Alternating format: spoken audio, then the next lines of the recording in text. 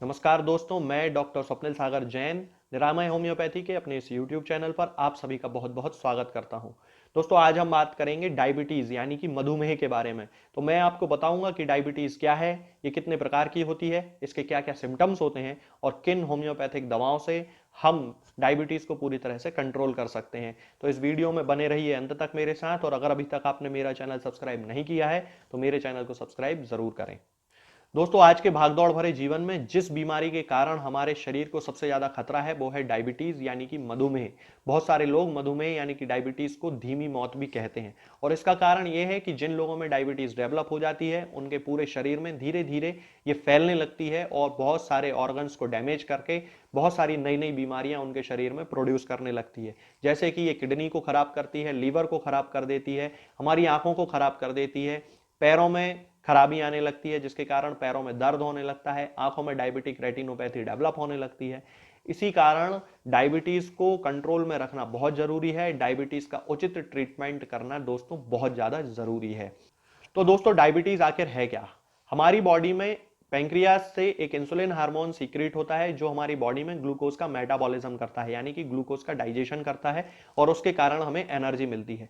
जब भी कभी हमारी बॉडी में ऐसा होता है कि इंसुलिन का सीक्रेशन या तो होता नहीं है या फिर पूरी तरह से वो ग्लूकोज को डाइजेस्ट नहीं कर पाता है, तब उस कंडीशन में हमारी ब्लड में शुगर का लेवल जो है यानी कि ग्लूकोज का जो लेवल है वो बढ़ने लगता है, और उस कंडीशन को डायबिटीज कहा जाता है।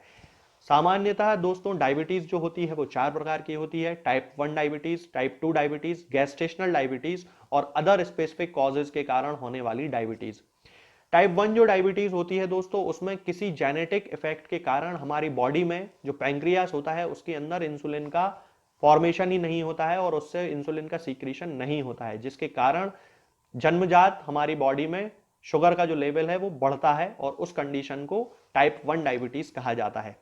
टाइप 2 डायबिटीज हमारी अनियंत्रित जीवन शैली के कारण उत्पन्न होती है, हमारे अनियंत्रित खान पान के कारण उत्पन्न होती है, और इसमें हमारी बॉडी में इंसुलिन के लिए एक रेजिस्टेंस डेवलप होने लगता है, जिसके कारण इंसुलिन ग्लूकोज को डाइजेस्ट नहीं कर पाता है और ब्लड में ग्लूकोज का लेवल जो है वो बढ़ने लगता है।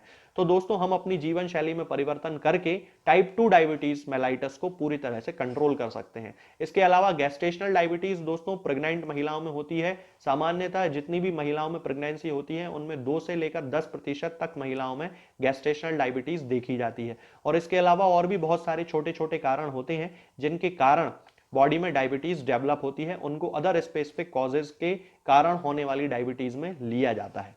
दोस्तों, डायबिटीज के पेशेंट्स को सबसे ज्यादा जो खतरा होता है, जो सबसे ज्यादा मौत यानी कि सबसे ज्यादा डेथ जिन पेशेंट्स की होती है वो हार्ट अटैक के कारण होती है। तो डायबिटीज के जो पेशेंट्स होते हैं उनमें हार्ट अटैक का खतरा सामान्य व्यक्ति से 50 गुना ज्यादा बढ़ जाता है, क्योंकि उनकी जो आर्टरीज होती हैं वो धीरे धीरे डायबिटीज के कारण उनमें टेंशन डेवलप होने लगता है और उसके कारण उन्हें हार्ट अटैक आ जाता है। इसके अलावा हमारी आंखों पर भी डायबिटीज का बहुत ज्यादा प्रभाव पड़ता है और आंखों का रेटिना खराब होने लगता है, जिसे डायबिटिक रेटिनोपैथी कहा जाता है।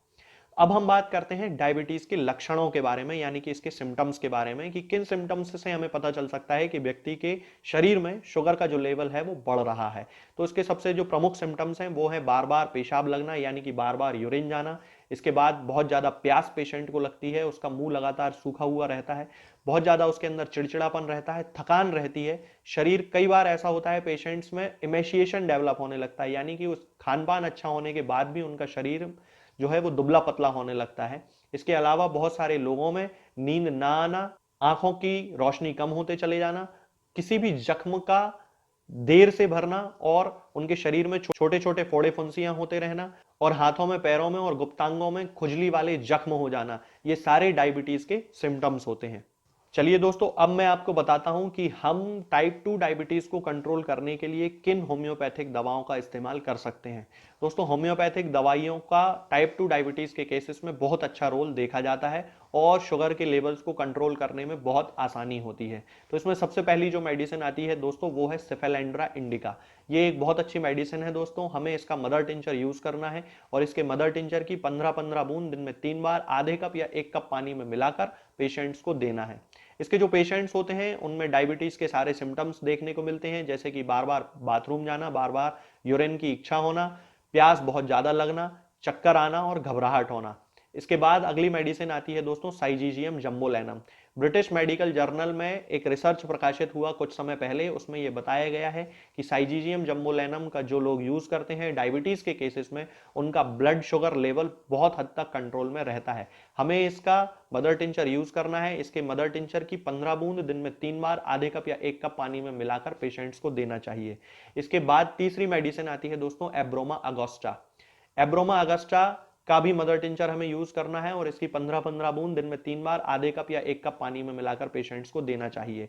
इसके जो पेशेंट्स होते हैं उनके मुंह में बहुत ज्यादा कड़वापन रहता है, मुंह बार बार सूखता है, उन्हें प्यास बहुत ज्यादा लगती है और बार बार उन्हें बाथरूम के लिए जाना पड़ता है, उनके यूरिन की स्पेसिफिक ग्रेविटी बढ़ जाती है। तब उस कंडीशन में हम एब्रोमा एगोस्टा का यूज कर सकते हैं। इसके बाद अगली मेडिसिन आती है दोस्तों जिम्नेमा सिल्वेस्टर। इसके जो पेशेंट्स होते हैं उनमें इमेसिएशन होने लगता है, वजन कम होने लगता है, इरिटेबिलिटी डेवलप होने लगती है, चिड़चिड़ापन आने लगता है।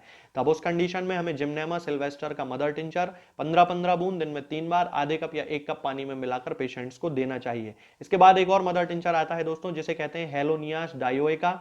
इस मदर टिंचर का भी 15-15 बूंद दिन में 3 बार आधे कप या 1 कप पानी में मिलाकर पेशेंट्स को देना चाहिए।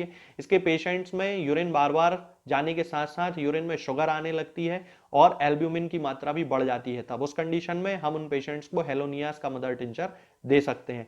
इसके बाद अगली मेडिसिन आती है दोस्तों एसिड फॉस। हमें इसे 30 पोटेंसी में यूज करना है। इसकी 2-2 बूंद दिन में 3 बार 1 चम्मच पानी में मिलाकर पेशेंट्स को दे सकते हैं या फिर डायरेक्ट हम टंग पे भी रख सकते हैं।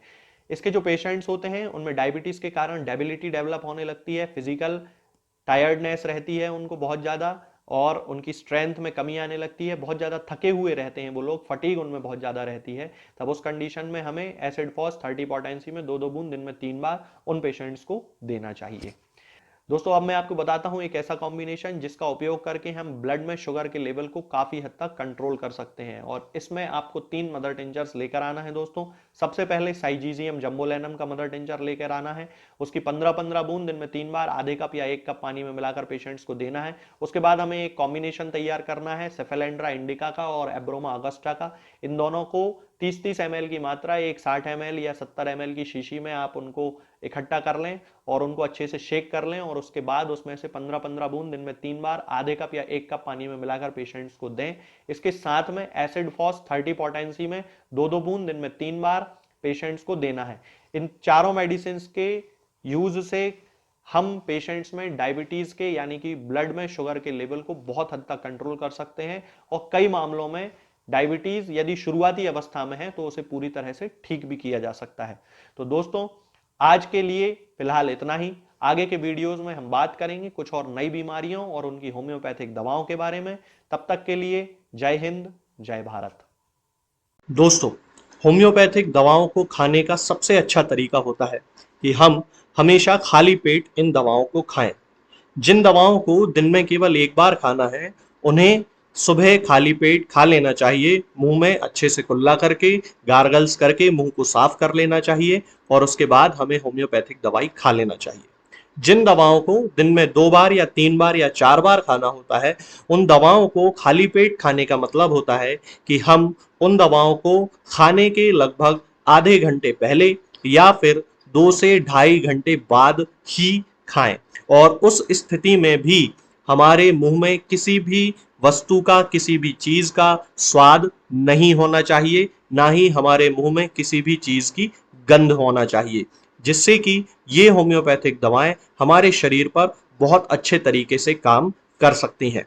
तो हमें हमेशा ये ध्यान रखना है कि जब भी हम होम्योपैथिक दवा खाएं हमेशा खाली पेट खाएं और हमारे मुंह में किसी भी चीज का स्वाद या किसी भी चीज की स्मेल ना हो। अब बहुत सारे लोग ये सोचते हैं कि हम कच्चा प्याज खा सकते हैं या अदरक खा सकते हैं या हींग खा सकते हैं या इलायची खा सकते हैं या नहीं। बिल्कुल आप इन चीजों का इस्तेमाल कर सकते हैं। होम्योपैथिक दवाओं को खाते समय आप इन सभी चीजों को बड़ी आसानी से खा सकते हैं।